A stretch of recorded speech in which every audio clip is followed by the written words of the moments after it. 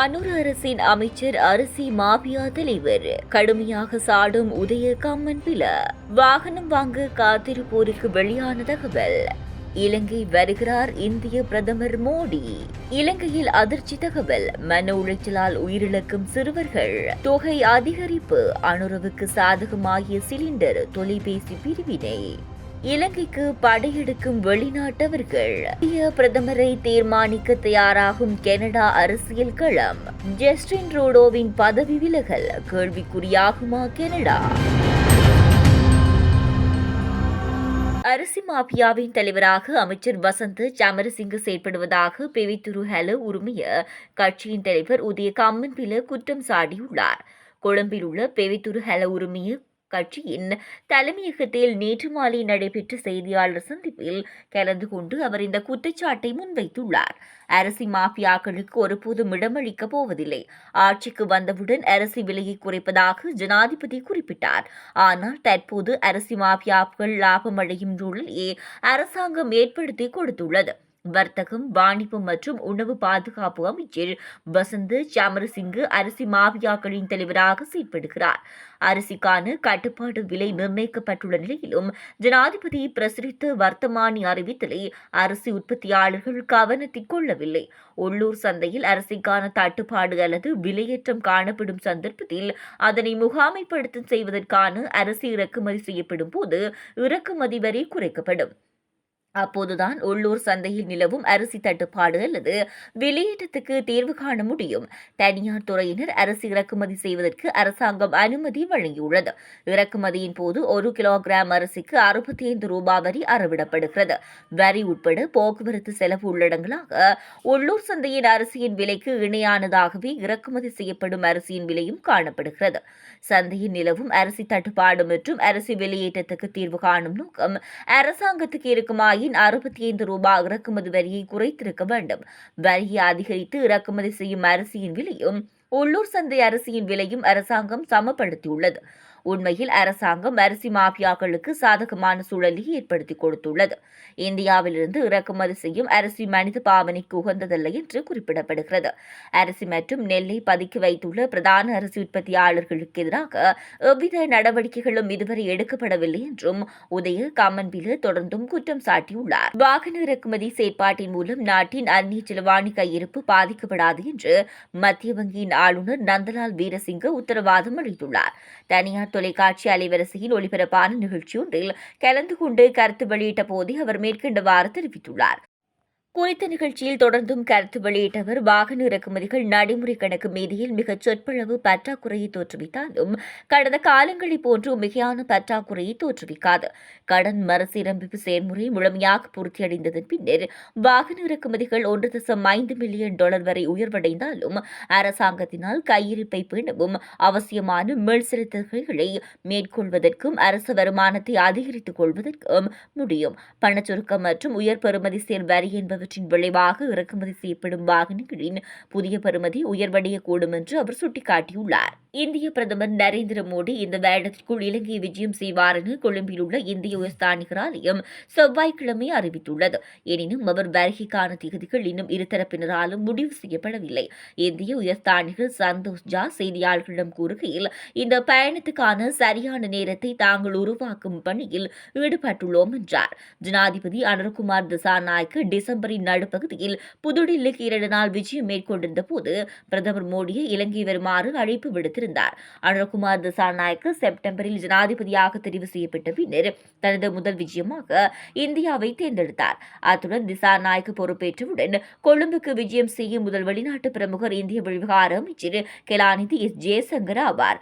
பிரதமர் மோடி 2015 முதல் 2017 வரை 2 முறை இலங்கைக்கு விஜயம் செய்துள்ளார். திசாநாயக்க விரைவில் சீனாவுக்கு விஜயம் செய்யவுள்ளார். அவர் 2025 ஜனவரி 14 முதல் ஜனவரி 17 வரை சீனாவுக்கான உத்தியோகபூர்வ விஜயத்தை மேற்கொள்ளவுள்ளதாக அமைச்சரவை பேச்சாளர் நேற்று அறிவித்தார். மன உளைச்சல் காரணமாக சிறுவர்கள் தற்கொலை செய்து கொள்ளும் சம்பவங்கள் கம்பஹா மாவட்டத்தில் அதிகரித்து வருவதாகவும் இது தொடர்பில் விசேட கவனம் செலுத்தப்பட வேண்டும் எனவும் மாவட்ட ஒருங்கிணைப்பு குழு கூட்டத்தில் தெரிவிக்கப்பட்டுள்ளது. மாவட்ட ஒருங்கிணைப்பு குழு தலைவர் பிரதி அமைச்சர் மஹிந்த ஜெயசிங்க தலைமையில் இடம்பெற்ற இந்த கூட்டத்தில் பிராந்திய சுகாதார சேவைகள் பணிப்பாளர் விசேட வைத்தியர் இந்திரா மல்வானா மாவட்ட சுகாதாரத்துறையில் உள்ள பிரச்சினைகளை முன்வைக்க இதனை குறிப்பிட்டார். இது தொடர்பில் அவர் மேலும் தெரிவிக்கையில், சிறுவர்களிடையே மனசோர்வு ஒரு ஆபத்தான நிலை. இங்கே தீவிரம் தற்கொலை. கடந்த 2024ஆம் ஆண்டு கம்பஹா மாவட்டத்தில் இவ்வாறு தற்கொலை செய்த 290 சிறுவர்கள் பதிவாகியுள்ளனர். இது 2023ஆம் ஆண்டை விட அதிகமாகும். நாட்டின் சனத்தொகையின் பிரகாரம் கம்பஹா மாவட்டத்தில் அதிக சனத்தொகை காணப்படுவதால் இம்மாவட்டத்தில் அதிகளவு சிறுவர் தற்கொலைகள் இடம்பெறுவதாக தெரிவிக்கப்படுகிறது. இது தொடர்பில் விசேட கவனம் செலுத்தப்பட வேண்டும். மாவட்டத்தில் HIV பாதிக்கப்பட்டவர்களின் எண்ணிக்கை அதிகரிப்பதுடன் அம்மை நோயும் அதிகரித்துள்ளது. இறப்புகள் அதிகம், பிறப்புகள் குறைவு. 51% பிரசவங்கள் அறுவை சிகிச்சை மூலம் நடப்பதால் செலவு அதிகரிக்கிறது. குழந்தை ஊட்டச்சத்து மோசமாக உள்ளது. 15% பேர் எடை குறைவாக உள்ளனர் என அவர் மேலும் தெரிவித்துள்ளார். கேஸ் சிலிண்டருக்கும் தொலைபேசிக்கும் இடையே ஏற்பட்ட பிரிவினையின் விளைவினாலே தேசிய மக்கள் சக்தி வெற்றி பெற்றது என ஐக்கிய மக்கள் சக்தியின் தேசிய அமைப்பாளர் திசா அத்தநாயக்க தெரிவித்துள்ளார். மேலும் ஐக்கிய மக்கள் சக்திக்குள் தற்போது நுழைந்துள்ள சிலர் சந்தர்ப்பவாதிகள் எனவும் அவர்களிடம் கட்சியை காப்பாற்ற வேண்டும் எனவும் அவர் கூறியுள்ளார். இதற்கமைய ஐக்கிய தேசிய கட்சி மற்றும் ஐக்கிய மக்கள் சக்தி ஆகிய கட்சிகள் இணையாமல் தொடர்ந்தால் எதிர்காலத்தில் தமது தரப்புக்கு அது சவாலாகும் என்றும் கூறியுள்ளார். தொடர்ந்தும் கருத்து தெரிவித்த அவர், இந்த ஆண்டு மக்களுக்கு இன்னல்கள் இல்லாத ஆண்டாக அமைய வேண்டும் என்பது எங்களின் எதிர்பார்ப்பு. இந்த பொருளாதார நெருக்கடிக்கு அரசாங்கம் எப்படி விடை தேடுகிறது என்று புரியவில்லை. அரிசி, தேங்காய் உள்ளிட்ட அத்தியாவசிய பொருட்களுக்கு தட்டுப்பாடு ஏற்பட்டுள்ளது. வரம்பற்ற ஆணையை பயன்படுத்தி மக்களின் பிரச்சினைகளை தீர்க்க வேண்டும் என்று அரசாங்கம் கூறுகிறது. ஜனாதிபதியும் அரசாங்கமும் ஊடக நிகழ்ச்சியை நடத்த முயற்சிக்கின்றனர். சில அமைச்சர்கள் ஊடகங்களை தவிர்க்கின்றனர். வரலாற்றை குறை சொல்வதில் அர்த்தமில்லை. ஜனாதிபதியின் சீன விஜயம் குறித்து பேசப்படுகிறது. ஐக்கிய தேசிய கட்சியும் ஐக்கிய மக்கள் சக்தியும் வெவ்வேறு பாதையில் சென்றால் அடுத்த தேர்தல்களில் வெற்றி பெறுவது மிகவும் கடினமாக அமையும் என்றார். 2025ஆம் ஆண்டில் ஜனவரி மாதத்தின் முதல் 5 நாட்களில் 39,415 சுற்றுலா பயணிகள் நாட்டுக்கு வருகை தந்துள்ளனர் என்று இலங்கை சுற்றுலா அபிவிருத்தி அதிகார சபை தெரிவித்துள்ளது.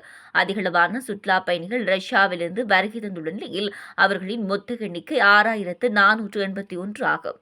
அதன்படி இந்தியாவிலிருந்து 6,183 சுற்றுலா பயணிகளும், ஐக்கிய ராஜ்யத்திலிருந்து 2,928 சுற்றுலா பயணிகளும், ஜெர்மனியிலிருந்து 2,921 சுற்றுலா பயணிகளும், ஆஸ்திரேலியாவிலிருந்து 1,708 சுற்றுலா பயணிகளும் வருகை தந்துள்ளனர்.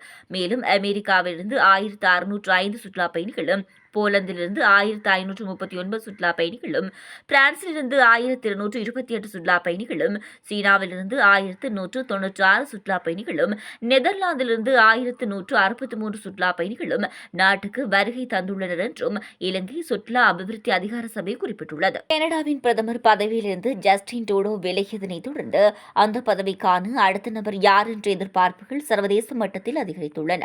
மேலும் அவரின் பதவி விலகல் என்பது அந்நாட்டின் லிபரல் கட்சியினுடைய தலைமை பொறுப்புக்கான இடைவெளியையும் உருவாக்கியுள்ளது. கனடா நாடாளுமன்றம் பல மாதங்களாக செயல்படாமல் முடங்கியுள்ளது. இந்நிலையில் மார்ச் 24ஆம் தேதி வரை நாடாளுமன்றம் ஒத்திவைக்கப்பட்டுள்ளதாக தெரிவிக்கப்படுகிறது. இந்த நிலையில் மார்ச் 24ஆம் தேதிக்கு முன்னர் லிபரல் கட்சியினுடைய தலைமை பதவிக்கு ஒருவரை நியமிக்கும் கட்டுப்பாட்டை அக்கட்சி கொண்டுள்ளது.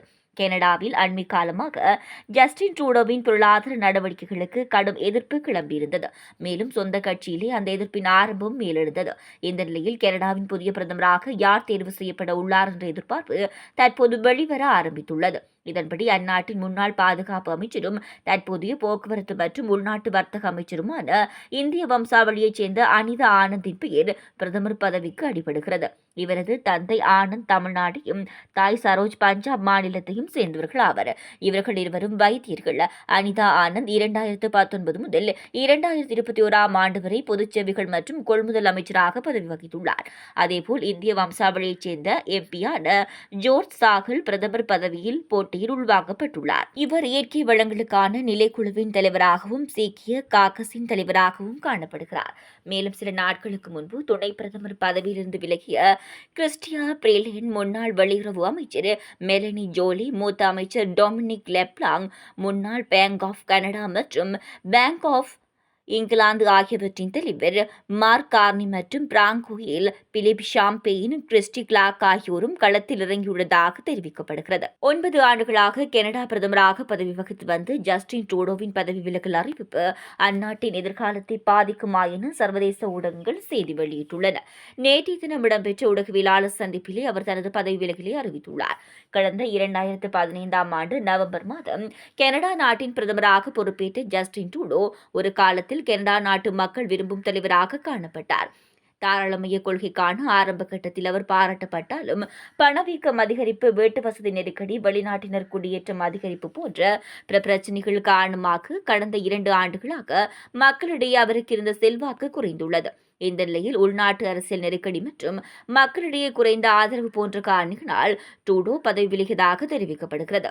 இதன்போது நேற்று உரையாற்றிய ஜஸ்டின் ட்ரூடோ, கட்சி தனது அடுத்த வலுவான தலைவரை நாடு தழுவிய தேர்தல் மூலம் தேர்ந்தெடுத்த பிறகு நான் கட்சித் தலைவர் பதவியையும் பிரதமர் பதவியையும் விட்டு விலக விரும்புகின்றேன். நான் கட்சிக்குள்ளேயே போரிட வேண்டியிருந்தால் அந்த தேர்தலில் நான் சிறந்த தேர்வாக இருக்க முடியாது என்பது எனக்கு தெளிவாகிவிட்டது. நமது கட்சிக்கும் நாட்டிற்கும் மிகவும் முக்கியமான விஷயங்களுக்காக போராடுவதிலிருந்து எப்போதும் பின்வாங்க மாட்டேன் என்பதுடன் கனேடியர்களின் நலன்களுக்காகவும் ஜனநாயகத்தின் நலனுக்காகவும் இந்த முடிவை எடுத்துள்ளேன் என அவர் தெரிவித்துள்ளார். இதேவேளை லிபரல் கட்சியைச் சேர்ந்த இந்திய வம்சாவளியினரான அனிதா ஆனந்துக்கு கனடாவின் அடுத்த பிரதமராகும் வாய்ப்புகள் அதிகம் காணப்படுவதாக கூறப்படுகின்றமை குறிப்பிடத்தக்கது.